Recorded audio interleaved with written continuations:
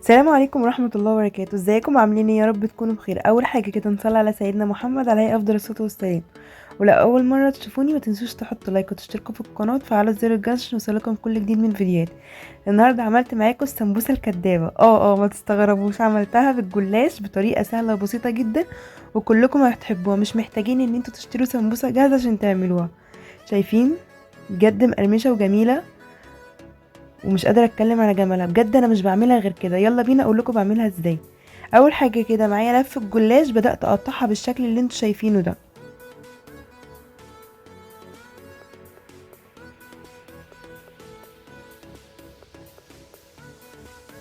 قطعت اللفه كده اربع ترباع زي ما انتوا شايفين كده بالطريقه دي بالطول. وهبدا المهم على بعض عشان هبدا الف معاكم السمبوسه. الخلطه بقى اللي بحب احشيها جوه السمبوسه، انتوا تقدروا تحشوا اي حاجه انتوا بتحبوها، بس انا بحب احط تشكيله من الجبن على فلفل على زيتون. بجد بيبقى طعمها خطير. انا حطيت فلفل اخضر متقطع وحطيت زيتون متقطع، وكمان حطيت جبنه موتزاريلا، وهحط بقى ميكس من الجبن، جبنه حادقه على جبنه فيتا، اي جبن انتوا بتحبوها تقدروا تحطوها. بجد السمبوسه حشواتها بتبقى جميله جدا، تقدروا تحطوا اي حشوه انتوا عايزينها. ممكن تحطوا بسطرمه، ممكن تحطوا لحمه مفرومه، ممكن تحطوا فراخ شاورما، اي حاجه انتوا بتحبوها. بس انا بجد بفضلها ان انا اعملها بالجبنه اللي انا عاملاها دي. ميكس ميكس الجبن ده بيبقى عظمه بجد. ببدا اخد كده ورقتين من الجلاش فوق بعض واحط الجبنه والفها كده. ابدا اطبق نص وبعد كده ارجع اطبق النص التاني والف زي الوضع اللي انتوا شايفينه ده كده، مره يمين ومره شمال زي الحجاب بالظبط.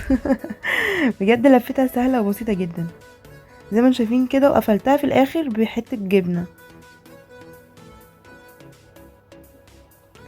هلف معاك واحده تاني كده، وابدا اطبقها زي ما انتوا شايفين كده زي المثلث، نص رايح ونص جاي زي ما انتوا شايفين كده. بتطلع في الاخر سهله وبسيطه وبتتلف بكل سهوله معايا، وبقفلها بالجبنه عشان ما تتفكش في الزيت.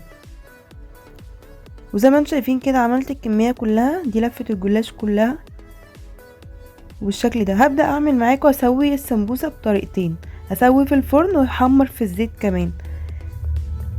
الطريقتين بيبقى حلوين جدا بجد. حطيت كده شويه زيت في طاسه او صينيه ودهنتها، ودهنت السمبوسه وبس بالفرشه كده وحطيتها في الفرن. هبدا بقى احمر معاكم برضو في الزيت واوريكم. معايا هنا زيت سخن، بدات احمر فيه السمبوسه كده.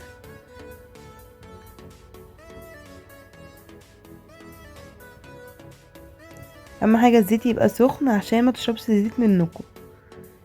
واول ما تبدا تاخد اللون الذهبي من تحت ابدا اقلبها على الوش التاني.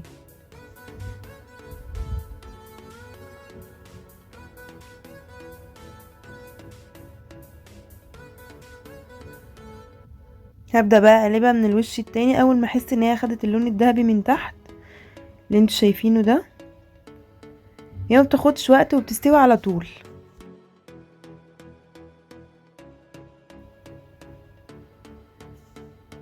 كمان بجد حاجه جميله جدا وطعمها تحفه. على طول بحب اعملها في رمضان بقى، ما هي من ضمن النواشف. كل سنه وانتم طيبين. ابدا بقى خلاص كده بعد ما اخدت اللون الدهبي بطلعها في مصفى واصفيها من الزيت كويس جدا، وهخلص بقيه الكميه وارجع لكم تاني عشان ما اطولش عليكم. كده حبايب قلبي رجعت لكم بعد ما طلعتها من الزيت، وكمان طلعت اللي في الفرن ده كده اللي في الزيت اللي انا حمرته معاكم في الزيت على النار. شايفين شكله جميل ازاي؟ بجد مقرمش جدا وحلو. والطبق التاني ده اللي احنا دخلناه الفرن بيبقى اقل في الزيت بقى، وبرده بيبقى مقرمش وجميل زي ما انتوا شايفين كده. شايفين؟ بجد تحفة جدا. برضه اوريكم واحدة من دي، شايفين اصلا مقرمشة ازاي وبتمط ازاي؟ بجد تحفة.